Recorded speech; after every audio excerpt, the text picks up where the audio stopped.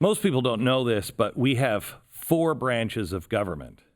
It's the executive, the legislative, the judicial, and I think the Ninth Circuit Court of Appeals. Apparently, we added a 4th branch. I don't remember constitutional amendment about it, but that's where we are. Judicial overreach is raging. And my guest today has a lot to say about it. He's a constitutionalist that doesn't mince words as a writer or an editor or speaker or a lawyer. He graduated from Duke University, degree in economics, followed by a law degree from the University of Chicago, clerk for a federal judge on the U.S. Fifth Circuit Court of Appeals, later clerked for the U.S. Senate Judiciary Committee. He was on Mike Lee's staff for a while. He's currently a lawyer at First Liberty Institute, specializing in cases involving religious liberty and the First Amendment. He has written for Red State, The Resurgent, and is currently the editor-at-large of a good friend of mine's place called The Daily Wire. Yes, Ben Shapiro is this man's boss. How did our judicial system go off the rails? How is our Constitution being violated? How do we save it? Our conversation with Josh Hammer.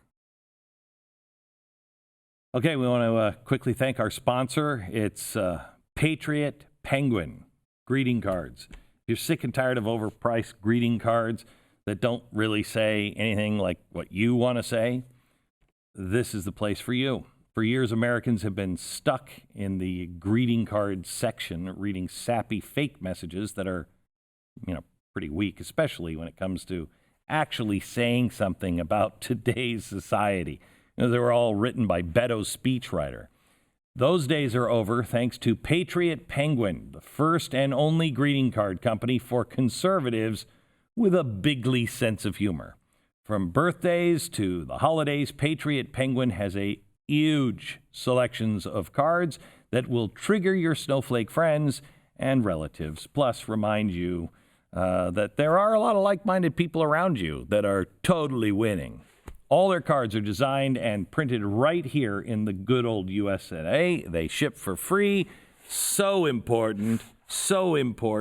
Not made in China. So go make greeting cards great again. That happens to be their web address. Go to makegreetingcardsgreatagain.com. Go there right now, save 15% with the offer code Beck.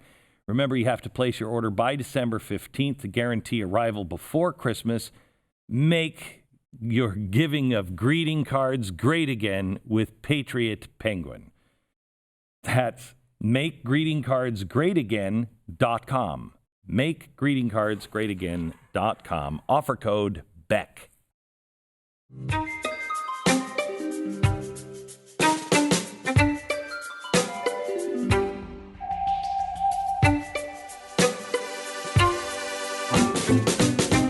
What is going to happen with the Democrats in the next election? Besides just total chaos and crap show? Yeah. I mean, my best guess right now is Liz Warren, but I feel so weak in saying that because she's so unlikable. I mean, who the heck gets up in the morning and says, I want Liz Warren to be president? But who else would it be? I don't know. Who could you find in the country that was less likable than Hillary Clinton? They found someone, apparently. Right. She is Hillary Clinton, yet a little more unlikable. It's crazy. Yeah. No, it's crazy. It's absolutely crazy. I mean, I actually think the odds of a brokered convention doing the math for all these early states is actually decently high. And if we get to a second, third ballot of a brokered convention, I could easily see someone like Hillary or Michelle Obama trying to come in at the very end. I think there's a real possibility of that, honestly. You don't think Buttigieg might slip up? See, Buttigieg, I mean, he speaks French, he's Ivy League educated, he appeals to like that Upper West Side New York Times reading liberal elitist crowd, the blue checkmark crowd on Twitter. Does he have any black or Hispanic supporters? No, none. Zero. Yeah, so I mean, he's going to lose South Carolina. I mean, he's not going to compete well in a lot of these states that are driven by a large African-American population. I don't see the path forward for him, but he's a smart guy. I mean, he's a pretty intelligent guy.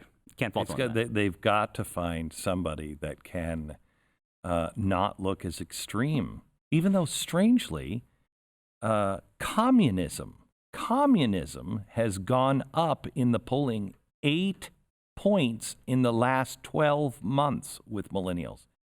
Gone up. Communism, not socialism, communism. Yeah, my generation just needs to go straight to Gitmo. I mean, that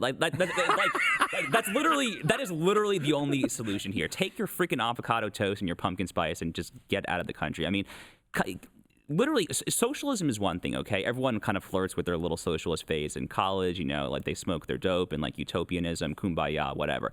Communism is literally what resulted in 100 million deaths over the last century. That is not just an economic system. That is a totalitarian political ideology. It is evil. The only thing that killed more people in the last 100 years is all disease. All disease. The totality of all diseases literally combined. Right. No, I deeply, deeply worry about where we're going as a country. And, you know, we need to find God, as you and I were saying offset earlier. We need people to start attending religious services. We need a great awakening. That's really all I see. We are let me say it this way. In the 1850s, there was a Great Awakening, and the argument at the time was, where was the real birth of America? Was it in Plymouth or was it in Jamestown? And luckily, we decided that it was Plymouth. But there was a strong argument that, no, it's Jamestown. If you look at that argument is the argument that we're having right now. Are we a covenant people who believe in God, who believe in being good and decent to one another, living side by side with people who are vastly different, but coming to an understanding where we can work together and be a covenant people that says we are going to try our very best to do the right thing and serve God? Or are we going to make our God gold, like in Jamestown? And we'll try every trick. We'll try socialism, which in their case ended up in cannibalism. Right. All of this stuff. It's what happened to Columbus. It's what's happening to us now. We are a people focused on our God, which is gold or whatever. It's not actually God. If we don't pick Plymouth again, we don't survive. I'm convinced of it, that we are now at a place only God can save us. Yeah, no, I think that's absolutely right. I mean, if you go back to founding era political theory, James Madison in Federalist 45 kind of encapsulates the theory of federalism pretty well. He says the powers delegated to the federal government are few and far between. Those reserved for the states are numerous and indefinite. But that premise, the federalist premise, the system of dual sovereignty by which the states would have largely plenary power to govern as they like, and then you could vote with your feet in a live and let live type mentality. All of this was premised, as John Adams famously tells us, that the Constitution was intended for a religious people. It is wholly inadequate for anyone else. And the reason that it's inadequate for anyone else is exactly what you're saying. It is this concept of covenant, of agreeing that we are one people, we the people, as the Constitution's preamble quite eloquently speaks. We the people.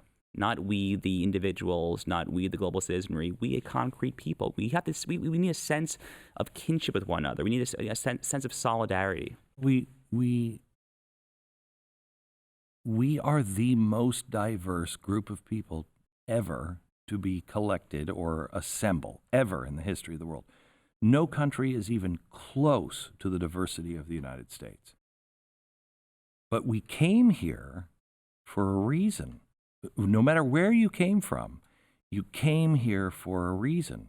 And that reason was our unum, e pluribus unum. Right. And that unum was all men are created equal, endowed by their Creator, and they can go their own way, and they can do their own thing, and they can become successful. They can keep their money. They can give their money away. They are the sovereign of their own life. We don't have that anymore. So, you talk about we have to be more civil to each other. How can we possibly come back together when we have some people saying, you should pay a penalty. You should maybe even have jail time or a fine if you're wearing an offensive Halloween costume.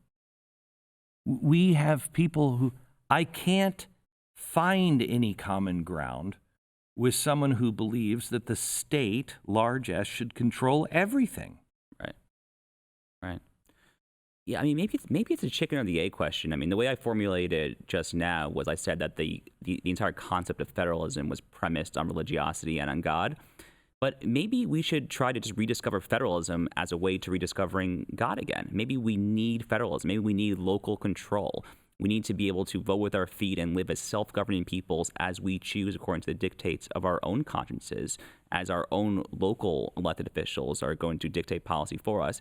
Maybe that will help get us to God. And you know what? The states that don't want God in the system, like Vermont or whatever, I mean, go for it. I mean, like... This is the thing I just don't understand. How so many in your generation can be so far ahead on the cutting edge and grow up in a world that I never even imagined there could be. I had to go through the system I had to go through the FCC to get a license to be able to be on the radio, and I had to have a corporation hire me, and all of this stuff. Now, start a podcast. Right. Okay? And your life is like that everywhere. And we know fundamentally that works. Just let people be. How that generation can be the one that is saying, oh, yeah, but we want a huge 1950s communist kind of state that oversees all of that. How do you make sense of people putting those two worlds together? It's extraordinarily difficult. I mean, I don't have a whole lot in common with someone who supports communism, that's for sure. I know you don't either. But I think what's going on that is making all of this so much worse is not just that we're disagreeing with one another, it's the sheer level of vitriol, of ad hominem attacks. I mean, I spend more time on Twitter than I would care for. I'm trying to cut down. It's just not healthy for any of us. It's fundamentally this political volleying, this back and forth. And yeah, there's been sniping going back to the beginning of the Republic. The election of 1800 between John Adams and Thomas Jefferson. Awful. Oh, the things that the partisan newspapers said about the opposing candidates there, the son of a half-breed mongrel. I love that. Disgusting stuff. Yeah. The difference is that we didn't have one of the differences, at least, that we didn't have all this technology. So we would go out into the town square. We would see our neighbors who we disagree with politically at church on Sundays. We would have a way to communicate and to empathize with one another. But nowadays, and Ben Sass, I think wrote a book on like the loneliness epidemic recently. This loneliness epidemic is dramatically exacerbated, I think, by social media, big tech, and just the nature of living and working behind our machines all day. Well, I think social media has brought out the things that we always thought we were alone on, and now we're in a club, but it's still a pretty small club, but it doesn't feel like one anymore because you can gather all your friends in social media, and you can, there's always a crazy guy that lives on everybody's street, and we used to ignore him. Well, now he's connected to all of the crazy people that lives on all of our streets. You know what I mean? Right. And so they have a voice, and they and this happens with all of us. They have this sense of real power, and I'm going to tell you how you should live your life. And if you're not listening to them, you can't just drive by and go, "There's crazy Ed." You know what I mean? Yeah. Yeah, I think social media has been good for helping us find like-minded people, for sure. It has been extremely bad for incentivizing us to hate the proverbial other side much more. Mm-hmm. And this tribalization mentality, it's not good. It's just, it is unhealthy. And, just to get back to what we were talking about a few minutes ago, we just need to rediscover, hold God aside for a second. I increasingly think that federalism, and Eric Erickson's been writing this for years now, federalism is one means, rediscovering local sovereignty. Mm-hmm. We should be able to vote with our feet in this country. When I went out right after Donald Trump was elected, and I went out to California, and I met with probably 25 very big CEOs, leaders of industry, a lot of leaders of tech. And you couldn't come to the meeting unless you could take off your team jersey. If you couldn't say something bad about your side, you couldn't come to the dinner. And it was the first time in California I heard people talk about the Constitution. And they were so afraid of Donald Trump and what he would do. And they said, many of them said, and the whole table agreed, I used to think the 10th Amendment was racist. I thought it was a ploy, but I understand it now. Wow. We shouldn't have to live under the rule of whatever Donald Trump says. And I thought, there's a chance we could get back to this, because no president, either side, no president should ever have the power to make anyone afraid that they were going to be snuffed out, their business is going to be snuffed out, their point of view is going to be snuffed out. They should not have that power. And I don't have a problem with California, in my opinion, being bat crap crazy. That's what they want to do. But how do we get people to understand, leave everybody else alone? Yeah. Yeah, what a novel concept, leave everyone else alone, right? I mean, but look, I agree with you. I mean, but for the fact that my boss lives there, my company is based there, I have no problem with California just drifting off into the proverbial Pacific Ocean, right? I mean, let them self-govern their way into leftist, socialist, communist oblivion for all I care. I live here in Texas where I can, tote my guns and pay no state income tax and enjoy a relatively free and peaceful life. But the problem is that what California decides to do affects us. Right. So, Vermont had, Vermont Care? Yeah, that's right. Okay. Socialized medicine. They did the whole thing after Obamacare. Right. And it failed miserably. Why didn't we study that? We didn't study that because it doesn't work unless you have the power to print money. Right. So you have to have the federal government do it. Right.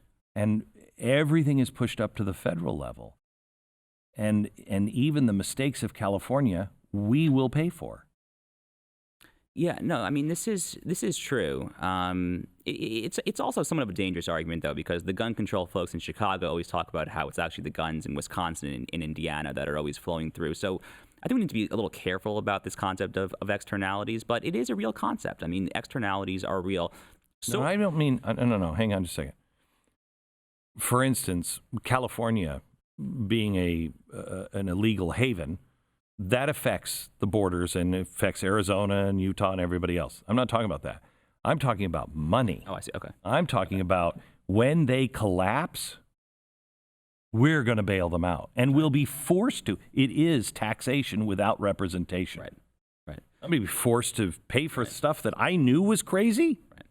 Well, it's happening in Europe, right? I mean, when Greece and Italy almost went under, 7-8 years ago, it's the Germans and the Belgians and the Dutch who are bailing out the peripheral, Spanish, Italians, Greeks who are grossly profligate. I mean, this is what happens, as you were getting at earlier, when you don't have both a fiscal and a monetary union. If you can just pass whatever crazy spending policies you want, but you're not controlling the currency. And, this kind of gets to monetary policy, which is a very dorky side interest of mine going back all the way to college. I mean, I'm personally an the Fed guy in my heart of hearts. I want competing private currencies. That theoretically could solve a lot of our problems if we want to rediscover this federalist dual sovereignty structure. But as it stands currently, with the Federal Reserve, the government having a monopoly on the currency, yeah, it's incongruous. It's just not going to work the way that they want it to work in terms of passing these crazy spending policies, but not controlling the coin. I don't understand. I really don't understand how people don't see that competition makes things better and stronger. If the government knew that their currency could be taken out by a better, stronger currency, they'd be more responsible. Yeah. And I don't, and especially when, if you are the product, the company, and the police, who do you go to? Right. Who do you go to when that company is screwing you if they're also the police? Right. Yeah, no, it's a great question. I mean, competition, the marketplace just solves so many of our problems. I mean, the marketplace of ideas that the left is increasingly intolerant to. in theory, to once again beat this hammer hard of federalism, the competition of states. I mean, look, I am not a particularly big fan of drugs, but look at what's happening in Colorado. And yeah, I think there have been some bad effects of marijuana legalization there. The homeless problem in Denver has actually gotten a lot worse, honestly. But if they want to try that, go for it. Go for it. Yeah. And you can't tell me that Texas, if they found a way to make this socialized medicine actually work, which, it can't, but let's just say, miracle, it happens. And Colorado is the one that says, we got it. And look, it's cheaper for everybody all the way around. It's better health care. You think Texas is not going to take that? Right. Just be stubborn? Of course. As Americans, we will always adopt the best strategy in the free market. But we're not going down that path at all.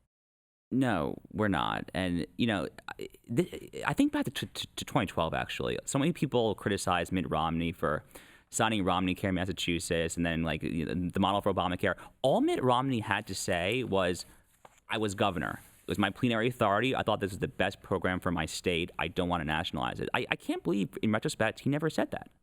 Because I think he did want to nationalize it. I mean, that's usually what they think. Well, this will work, and it just didn't work. I mean, that's why communism happens over and over and over again, and all the bodies pile up because everybody's like, well, they screwed it up, but I got it right. And it doesn't work. No.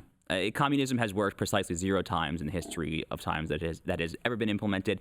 It will never work, and it is foreordained that it will never work because the people, it is inherent in the human soul, in the human fiber, a rudimentary willingness to control our own destiny that communist ideology precludes.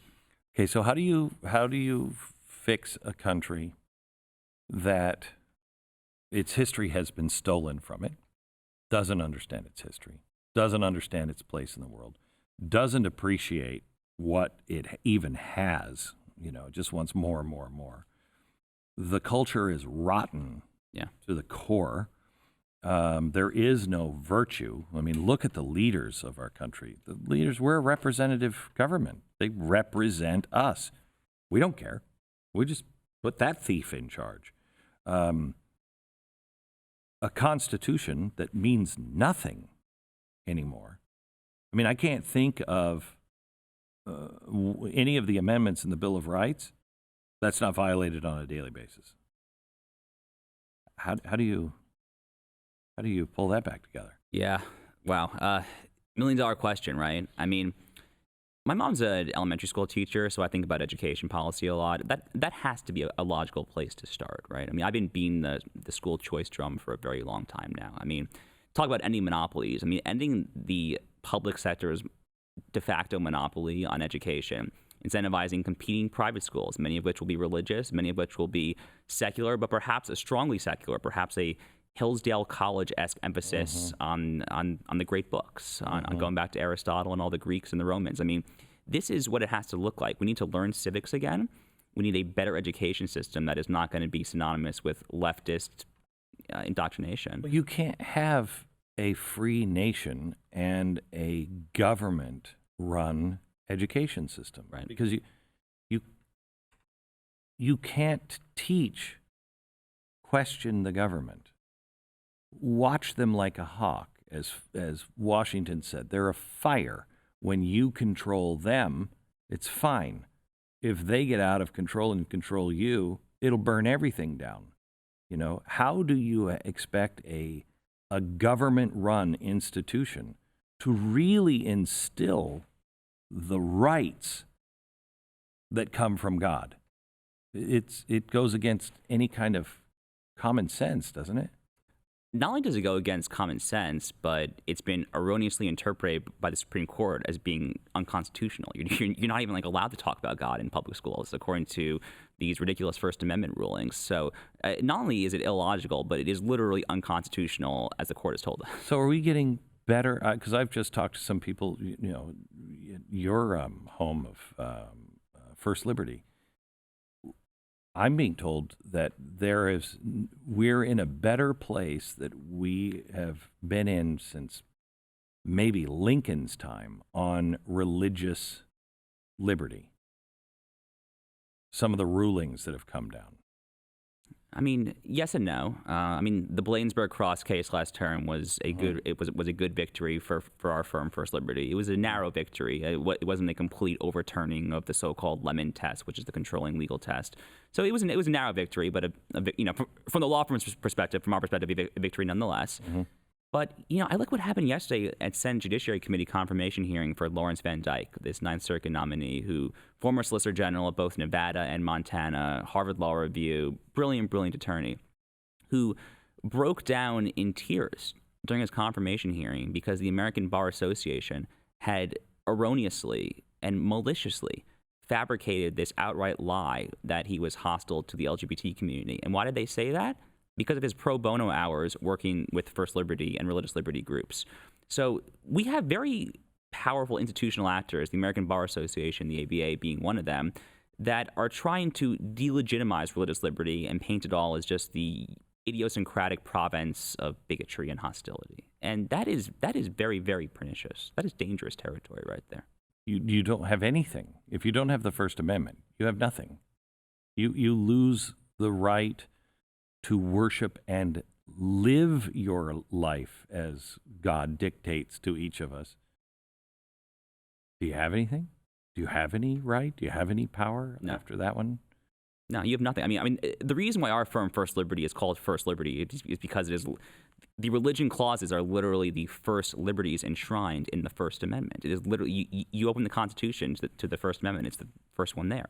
And that logically makes sense, right? Our country was founded on religious liberty. I mean, say what you will about the Pilgrims. They may not have been, our cup of tea from a 2019 perspective, but fundamentally, they were sailing on the Mayflower to escape persecution. This country was literally founded on the notion of religious liberty. And you have these candidates. I mean, look, Beto O'Rourke talking about stealing tax-exempt status from churches, the so-called Equality Act that the entire House Democratic Caucus supports, which would all this. Explain that for people who don't know. The Equality Act would essentially statutorily add sexual orientation and gender identity to Title VII protected classes under the Civil Rights Act. Here's the problem. That is probably bad policy on its own merit. I would actually prefer that we strip down anti-discrimination law because I don't think in the year 2019 there's really systemic discrimination in any manner. So I would rather the marketplace just root this out. But even granting the premise of adding additional layers of anti-discrimination law, the Equality Act actually expressly precludes a religious exemption. They had the malice and the foresight to put it into this bill to expressly say that religious institutions do not have a claim under RFRA, the Federal Religious Freedom Restoration Act, to claim that they can't do this due to their faith. That is malice. That is intolerance. That is secularist intolerance against the religious. Bill Barr gave a brilliant speech, I thought, earlier this month at the University of Notre Dame, talking about how in the year 2019, it is the religious people in America who are on the defensive. They feel like they are being overrun, being outed from the town square by militant secularists. And what happened in the Equality Act by putting in this provision to authoritatively say if you are religious, you will have no exemption is, I think, a perfect example of what Bill Barr was talking about. So I've belonged to a church that in the 1990s, everybody thought was crazy. I mean, the members of the church thought it was crazy because the leadership came out with what's called the Proclamation of the Family. And it says gender is ordained by God. Men and women are here to have children and to raise families. It explains everything that we're going through right now 25 years ago. And I know that's our doctrine. It didn't come because of a shift of something. If we have to marry same couples, if we have to have in our temples people who are in same-sex relationships, our entire foundation crumbles. There is nothing left because we believe in the sanctity of gender and the sanctity of marriage being between a man and a woman to have children. It's an eternal perspective. Where's my protection? Right.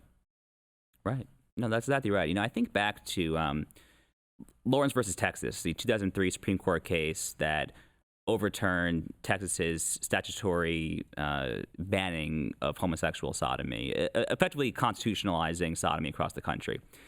There were three dissenters, Chief Justice Rehnquist, Justice Scalia, and Justice Thomas. Justice Scalia had a vociferous 15, 20-page true culture war dissent. Thomas had, I think, a one-paragraph dissent where he referred to the policy as uncommonly silly. Uncommonly silly, but nonetheless constitutional under our federalist structure. So what I'm getting at here is that, you know, folks like you and I, Glenn, we would not tell people, I think, how to live their personal lives. That is between you, God, the dictates of your conscience, whatever. Whatever. Smoke your dope in Denver, Colorado, you know, engage in whatever sexual relations you want in Montana. I don't care. What I care about is that I and others like me, you and all of us, have the right to pursue truth and understand truth and pursue justice, understand justice through the dictates of our own faith, according to the dictates of our own conscience, unfettered by big government bureaucrats who are imposing their secularist morality and shoving it down our throats. Are you concerned at all about, because the real problem in our country right now is the pendulum is swinging between extremes. I mean, I don't want to hang out with the people who are really, honestly, on the right that are saying, we got to shut them down and we've got to control the press and we've got... No, we don't. No, we don't. I don't want anything to do with that. And I don't want to be over here on the left where they're saying, you know, basically burn books, shut people up. I don't want anything to do with that. How do we get that swing of that pendulum? Because the person who replaces Donald Trump, if they can't beat him this time, and look at what they're doing to try to beat him, they'll just find somebody bigger and badder. Somebody else who's more of a bully or an authoritarian. We are going to, it just depends on which side is in power when an emergency happens, that's going to grab the pendulum. How do we get that pendulum in each of us to swing where we're like, dude, I have no problem with you. Just live your life. I don't care. Yeah. Yeah, I mean, the reason why limited government was so politically palatable at the beginning of the Republic and really continuing until the Woodrow Wilson administrative state revolution in the early 20th century. Hate that guy. Oh, probably the worst president of all time from my Probably? perspective. Yeah. I mean, James Buchanan perhaps, but I mean, in terms of most actively destructive in the long run, definitely Woodrow Wilson.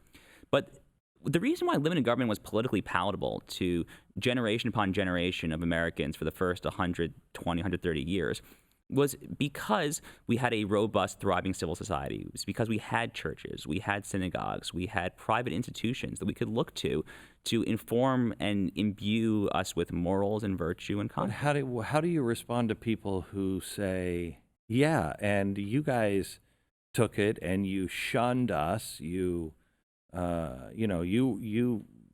homosexuals couldn't, be out in the open because religious people had no tolerance of it. What do you say to those people? Yeah, so look, I think that's probably not true. But even granting the premise that once perhaps was true, maybe it was, maybe it wasn't. Let's say it was. That's just not the world we're living in right now. Wait. You're not saying that you don't think that people lived in the closet and no, of course, but of course they were living in fear. But I'm talking about like religious armies hunting down homosexuals with shotguns. I mean, to my to my knowledge, that's never happened in American history. But certainly people were living in closet in fear, no doubt about that. But that's just not what's going on in the year 2019. In the year 2019, the LGBT groups have the backing of the Academy, of the media, of the Fortune 500. I mean, I worked at a big law firm, Kirkland Ellis, down in Houston for 15 or 16 months probably. LGBT was all about what the law firm stood for. If you were a religious person who belonged to a church or synagogue that did not preach the dictates of that particular agenda, you had to actively hide it on like firm-wide LGBT celebration moments. It was very monolithically imposed. So I think the pendulum has swung so much in on this particular issue, just the past 10 to 15 years, where they have all the institutional capital, all of it.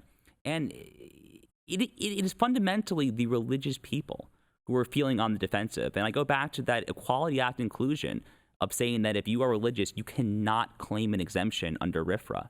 That encapsulates the whole thing here. They are maliciously trying to preclude us from living our own life. So does it worry you that, you know history well enough to know, this is happening all over the world. When people feel that they are oppressed and they are not being listened to by whomever is in power, they tend to revolt. They tend to get ugly. We're in a situation where people are intentionally poking, trying to get riots happening in the streets. Here's a group of law-abiding citizens who love the Constitution, love their country. They've been violated every step of the way, called all kinds of horrible names by the media, by politicians, and everything else, who are not like that. But they feel under attack, and just like the people in Sweden or Italy or Great Britain, they don't hate the rest of Europe. They like what they have. They like, I'm an Italian. I like Italy. That doesn't mean I hate France. You're a racist. At some point, those people say, I've had enough. I've just had enough. Yeah, no. Does that concern you? That we're on that road, it seems? It concerns me a great deal. I really do try to be an optimist by nature. I really do. I mean, people read like my columns, my tweets, and they're like, that can't possibly be true. But I'm born Abraham Lincoln's birthday, okay? Lincoln is my foremost hero in American history. Lincoln is the eternal optimist in the history of America. You can't go back and read his addresses at Springfield, the Intemperance Society. I mean, his post-Dred Scott address, his second inaugural, for God's sake. Oh, it's the best. His second inaugural. Oh, my goodness. I mean, he is the eternal optimist of all optimists. So I really do try to channel this. It's hard. It is really, really, really hard because both sides are just increasingly embracing this authoritarianism, kind of stamp out the other side mindset. The left has been there for a very, very, very long time. I think one of the arguments against, those of us who I think were in the Ted Cruz camp in 2016 was that the putatively conservative party would go down a very similar mirror image of what's been happening on the left if we elected the guy that we ended up electing. And, I've been pleasantly surprised by a lot of the policies that have been enacted. I think he has largely governed in pretty traditionally conservative fashion, actually. But there is... Not in his words or his public actions. Right. But in his actual policies. If you separate him from the policies, he hadn't been bad. No, not bad at all. Yeah. I mean, he's been very traditional conservative. Right. Look, I personally clerked for a U.S. Court of Appeals for the Fifth Circuit judge here in Dallas that was nominated by President Trump. So I have personally benefited from the President Trump's outstanding judicial nominations.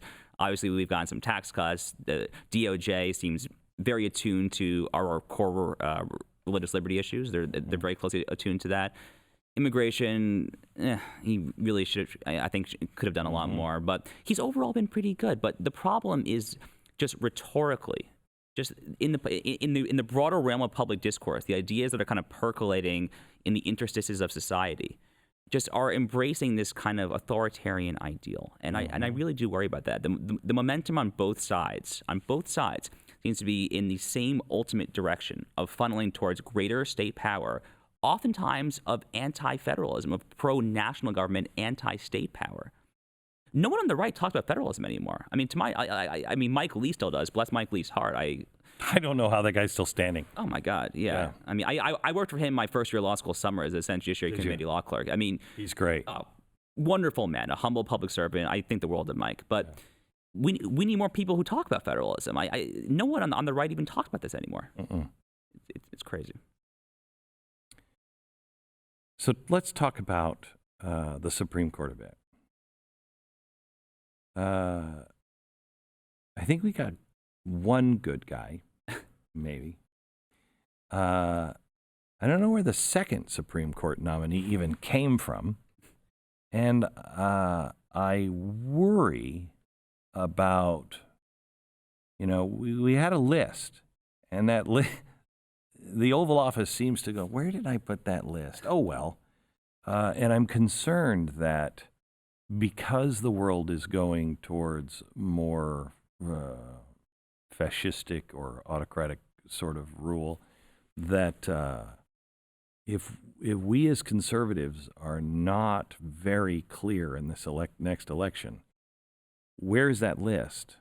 We want you to pull from that list. Things could get dicey. Yeah. So the list does need to be updated, to be clear. They have not updated that list in a couple of years, and there have been some truly, truly terrific people who have gone on to the federal courts, including my former boss since then, I would say. So I think on the state and federal level of his appointments outside of the Supreme Court, I think it's been great, but that was Ted Cruz and Mike Lee. Right. No, that's right. So, yeah, I mean, look, Justice Gorsuch he's generally very solid. I actually do have some finer points to pick with him. I think he kind of misunderstands some doctrines. He had this weird concurrence in a case called Sessions versus DiMaia a year and a half ago. It was kind of an immigration criminal case where, for the first time in the history of the United States government, the court read an immigration statute as unconstitutionally void for vagueness. And Gorsuch writes like a 15 to 20 page, very flowery concurrence talking about Blackstone and the Federalist Papers, really kind of anchoring it, or at least masquerading as originalist thought, but I think kind of fundamentally misunderstanding whether a statute can be constitutionally void for vagueness in the first place. That's just one example. So I have some small bones to pick with Gorsuch. He's generally very good. On the core structural issues, separation of powers, federalism, religious liberty is a great example. He is rock solid on most of these issues. Justice Kavanaugh, look, he was not my first, second, third, fourth, or fifth choice for that seat. He's off to a rocky start. I think of him as a Beltway, capital R Republican, like... You called him, I love this, Karl Rove in robes. Yeah, that's right. Yeah. No, I think that's exactly right. I mean, he was staff secretary for President George W. Bush, okay? He's literally from the Beltway. He is a Beltway Republican. That doesn't usually bode well for decisions down the road. Those guys always go left. Oh, yeah. Always go left. Yeah, and I won't reveal names here, but I have it on good authority, suffice to say, from people who are friends of mine in D.C. who have literally had breakfast or lunch personally with Brett Kavanaugh since he joined the court. He actively follows what people say about him. Like, he actually seems to follow what various commentators, pundits, politicians, etc., write and talk about him. And that scares me a lot. A lot. That produces John Roberts. Produces John Roberts. It produces Anthony Kennedy before John Roberts. But John Roberts is of course, the perfect example of this. No one cares about the perceived intellectual and institutional integrity of the court more than John Roberts does. And that's the road that I fear that Kavanaugh is very much on right now. I really do. I worry about him a lot. Well, that doesn't make me happy. Well, I told you I tried to be an optimist, but it's hard. I know. It's hard. So the next term, how many appointments do you think the next president gets? Great question. I mean, God, Justice Ginsburg's 85 years old now. She's God bless her. She's fought every battle. Oh my God, yeah, she's had 3 bouts of cancer, if I'm not mistaken now. I love the fact that she and Scalia got, and that we're friends. Beautiful. I love that. Beautiful friendship they had. Oh yeah, they would attend operas together. It reminds me, at Princeton University these days, Robbie George, who's been there for decades, perhaps the preeminent Catholic intellectual in the country, a brilliant statesman. He loves touting the fact that he and Cornel West have this kind of speaking tour where they go from campus to campus just to talk. And they're great. They're wonderful at it. They're amazing. I love watching those. Scalia and Ginsburg, they disagreed on everything. Everything. So how do we get there? How did they do that? Because their job was the Constitution. And I just said, how do we agree when we don't agree on fundamental rights? How did they get there? Just don't talk about that. I think that's basically it. I mean, Scalia was a devout, I think, Latin Mass attending Catholic. Ginsburg was a fairly secular Jew, if I'm not mistaken. They didn't talk about religion, presumably, even though Scalia was actually very philo-Semitic, if I'm not mistaken. They didn't really talk about religion much. They didn't talk about originalism versus living constitution, presumably, because that will just spike both their blood pressures. They talked about their families. They talked about the opera. They talked about the arts and cuisine and culture and anything else that can possibly unify us. And because politics is not everything, Glenn. Politics, the Constitution, this is important stuff, okay? I care about politics so much that I quit my big law firm job and I now do this for a living, okay? That's how much I care about this. But it is not everything. There are so many more just as and usually more important things in life than politics. And I think Scalia and Ginsburg were able to find a lot to agree on that, and that is a wonderful example for us to follow. So let me ask you this, though. It used to be easy for people to say, let's not talk politics. But now, sports, footwear, everything. It's all political. All political. Yeah. And by design. So there is nothing. That's one of the real problems is you can't get past politics. I don't care what you're talking about. Hey, wow, that's a great car. Well, is that adding to global warming? Hey, let's go have a great dinner. Are you eating animals? I mean, everything is political. Yeah, this arguably is actually even more dangerous in the long run than political tribalism itself, because if we already are losing a physical common ground, a physical town square because of the internet and technology, and we work behind our computer screens all day. That's why federalism no longer works. Right. Because everything is a government issue, all of it. Right. It's all regulation. Right. Exactly right. So we're already missing the physical town square, the physical kind of public gathering grounds. But if we lose that in addition to kind of the more ethereal public square, these things we're talking about, sports, cuisine, culture, if all of that is just then kind of siphoned off and cabined into the space of political tribalism too, that is what I really fear. And I had a great conversation with my ex-college roommate about this actually this past spring. He's center-left for sure, so we don't agree on a whole lot politically. But we were saying how we are risking going down the road of not just consuming our own media, but literally, as you're saying, shopping living in our own universes, living in our own political universes. And we already are. Yeah. We really already are. They could tell just by what you buy at the grocery store with like 95, 98% accuracy by the products you buy. Wow. Because we buy different ketchup, we buy, different bread. And I don't even know how that happens, but we do. We just have already been sorted. And now with high tech, that sorting is encouraged. Right. It is a dangerous path that we are going down. But I mean, let's not pretend that this is happening equally on both sides. I mean, it is the left that is politicizing a lot of this much more than the right is. I mean, Nike being a great example, obviously, with Kaepernick and the freaking Betsy Ross sneaker. I mean, to the extent the right has reacted, I look at like Black Rifle Coffee Company, a veteran-founded company. I'm not even sure if that counts as being on the right, honestly. But I mean, it's the closest thing I can imagine.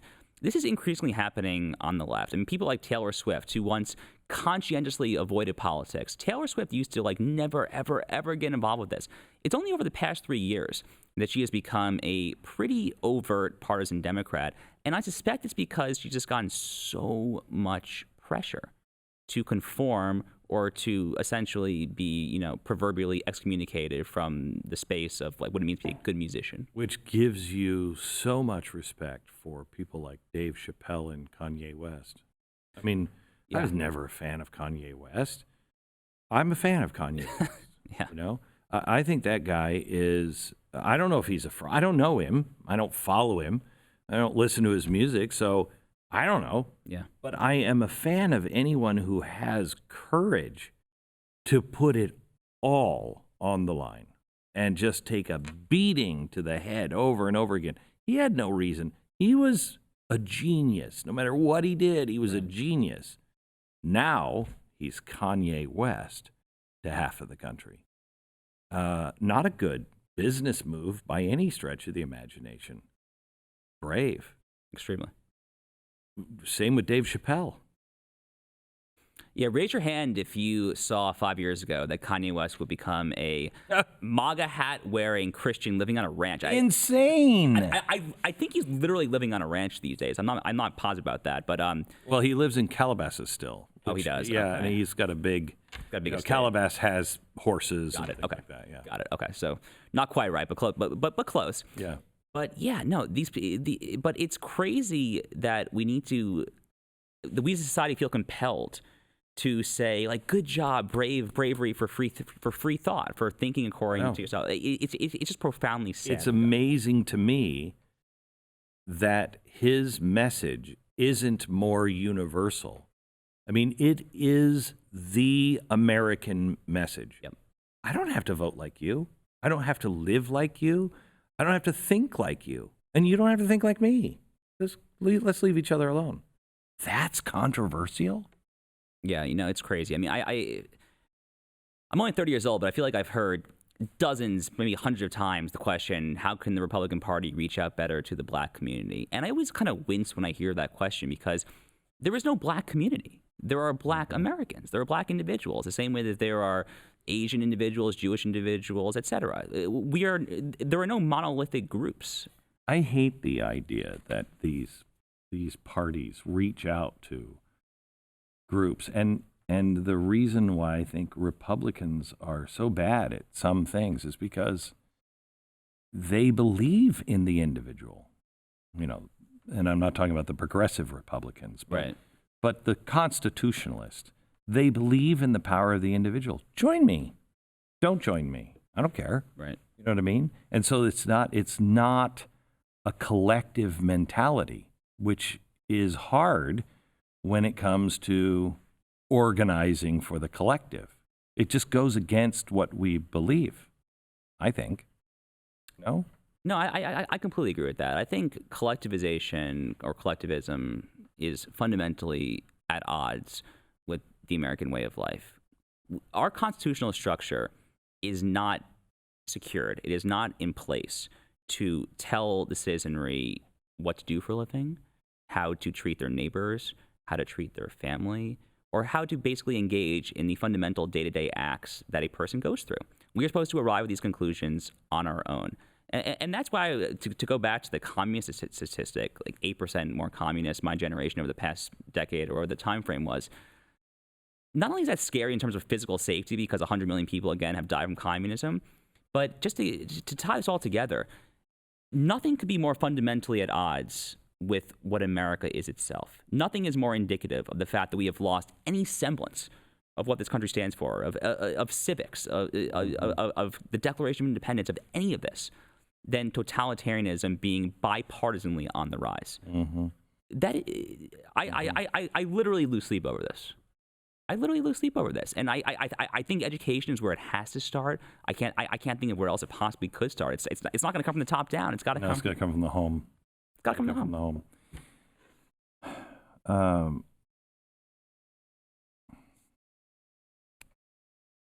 Yeah, I find myself doing this a lot these days too. Yeah, I know. I specifically wanted to talk to you about one thing, but I think I want to.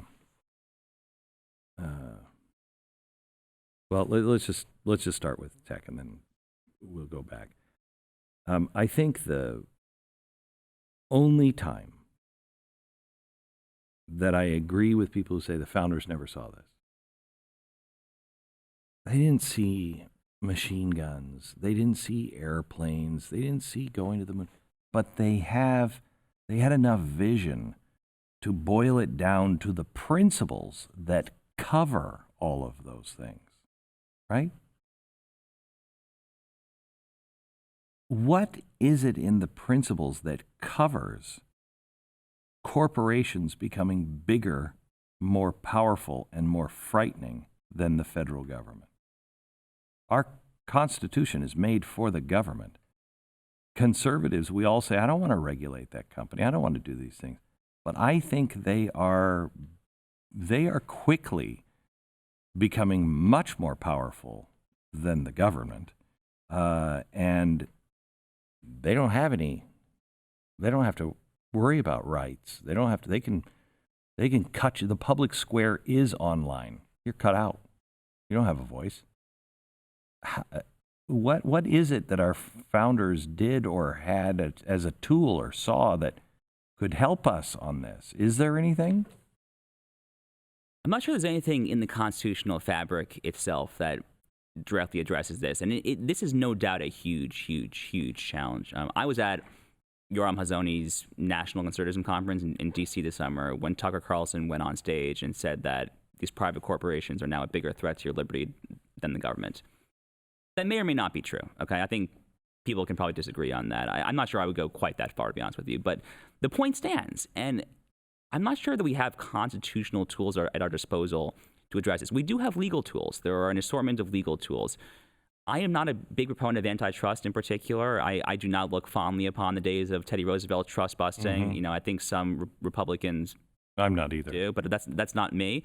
What I am more sympathetic to is some kind of more statutory kind of nibbling around the edges. So, for example, controversial figure, but Senator Josh Hawley, the freshman senator from Missouri, had this bill earlier this year to take away the legal immunity from Section 230 of the Communications Decency Act from these big tech companies and essentially allow the common law of defamation to become the legal operating standard again.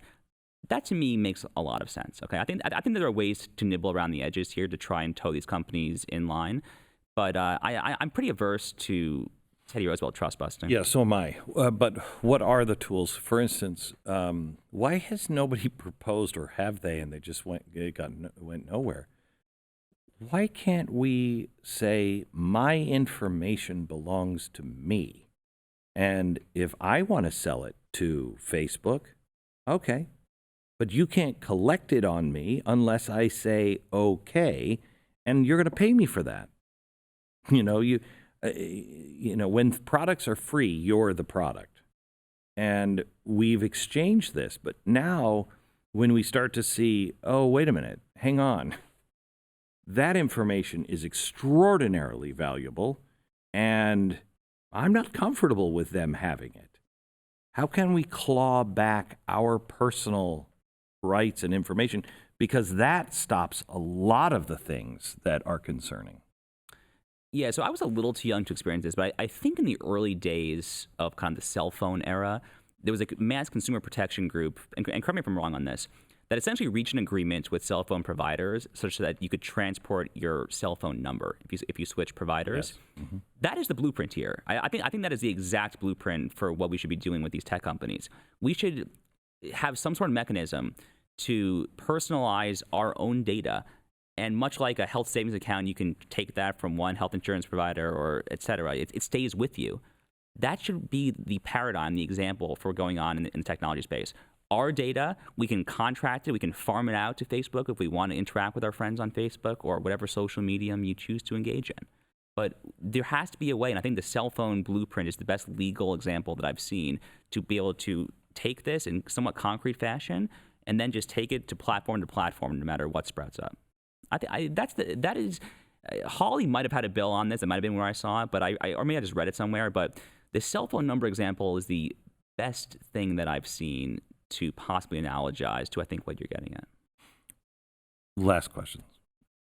What is the thing that if you could stand on a mountaintop and shout, wake up, X is happening or coming, what would it be?